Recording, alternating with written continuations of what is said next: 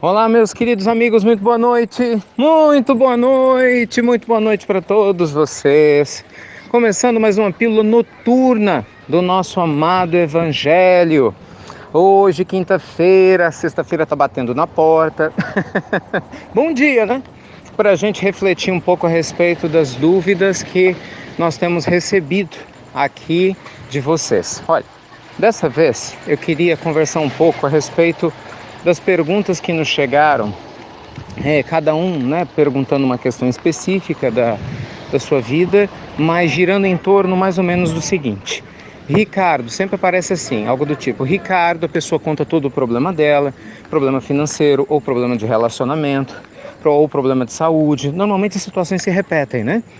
Algumas situações que fazem com que a pessoa se sinta sem ânimo, sem energia, e aí termina assim: não é possível, eu não consigo fazer mais nada porque fulano não me ajuda, Beltrano não me ajuda, porque eu não consigo fazer com que essa situação externa mude. Quer dizer, são pessoas que estão se sentindo sem energia, sem força de vontade ou com a força de vontade fraca para resolver seus problemas e não se deram conta, ou se deram, não sei, que colocam toda a responsabilidade da mudança da sua vida na mão dos outros ou na mão do acaso.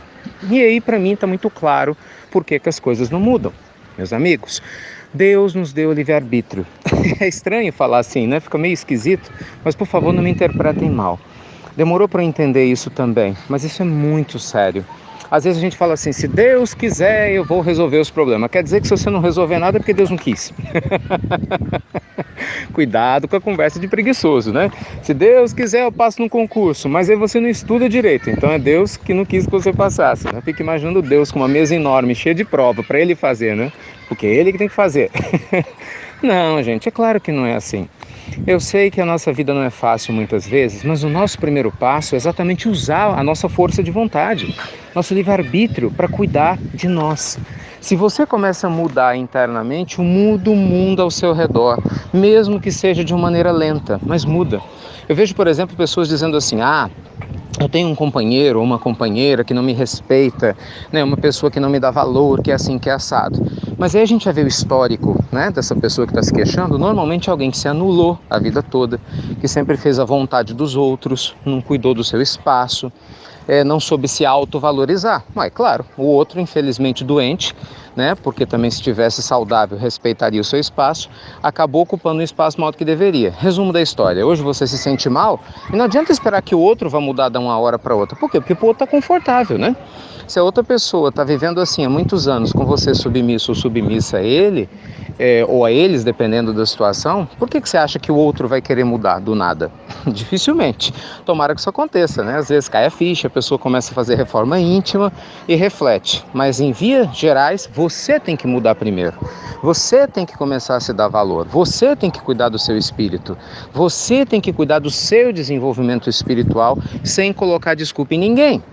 Meus amigos, no livro Os Mensageiros de André Luiz, né, a segunda obra da sequência que ele trouxe pelas mãos abençoadas, né, da psicografia abençoada do nosso amado Chico, André Luiz nos conta a história de algumas senhoras. Isso sempre me chamou muita atenção. Ele conta, está lá no livro, a história de algumas senhoras no mundo espiritual arrependidíssimas de todas as chances que estiveram aqui na Terra para poder cuidar do seu espírito, de serem pessoas de bem, de serem pessoas melhores, e simplesmente perderam essa oportunidade, colocando a desculpa na família. E aí elas estão conversando, falando desse arrependimento. Eu tinha tudo na Terra, mas eu falava que não podia fazer porque meu marido não queria. A outra, é porque a minha família não me ajudava.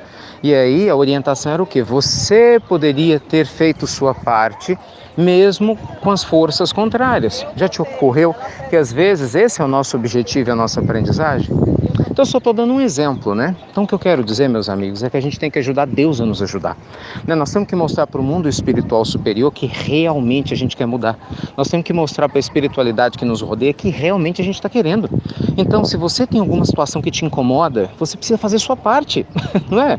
Poxa, eu não gosto do meu emprego, eu quero um trabalho melhor. Ótimo, então vai estudar, vai aprender coisas novas, vai ler coisas novas, sabe? Troque a televisão por leituras saudáveis, troque saídas, muitas vezes né, infrutíferas, momentos que às vezes trazem muito mais problemas ligados a vícios, por horas em que você possa aprender alguma coisa nova, assistir um vídeo legal no YouTube, se conectar, né, com uma energia bacana que te traga conhecimento e informações novas sobre uma nova área.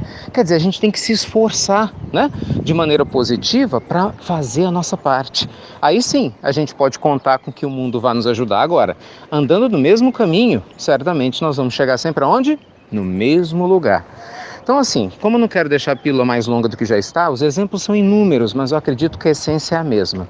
São várias perguntas nesse sentido, querendo que as outras pessoas mudem. Não, Deus te deu o livre-arbítrio para você mudar. Deus nos deu o poder da nossa vontade para a gente se fortalecer. Isso é reforma íntima. É eu fortalecer a minha vontade. Eu tenho a prece para me ajudar, a consciência de que Deus está do meu lado. Eu tenho as minhas escolhas conscientes para viver uma vida ética, mesmo quando as pessoas ao meu redor não são éticas, para me esforçar para ser uma pessoa generosa, mesmo quando todo mundo ao meu redor talvez não seja, enfim, para fazer a minha parte. Lembre-se, meus amigos, o nosso compromisso é com Deus, não é com os homens. Nosso compromisso é com a consciência divina, não é com a transitoriedade de mais uma existência terrena. Então, cuidado para não se comprometer com o futuro espiritual, do seu desenvolvimento espiritual, com fraqueza de caráter, com fraqueza de força de vontade, simplesmente fechando os olhos para a responsabilidade da mudança que está nas nossas mãos. Mesmo que demore um pouco, faça a sua parte. Veja que fazendo a nossa parte, o mundo com certeza acaba mudando um pouco junto com a gente, tá bom? Então é isso que eu queria compartilhar com vocês na nossa pílula do nosso amado Evangelho de hoje à noite. Que Deus te abençoe, te ilumine, te ampare, enfim, te traga um monte de energia positiva, tá bem? Fiquem com Deus então, uma ótima noite.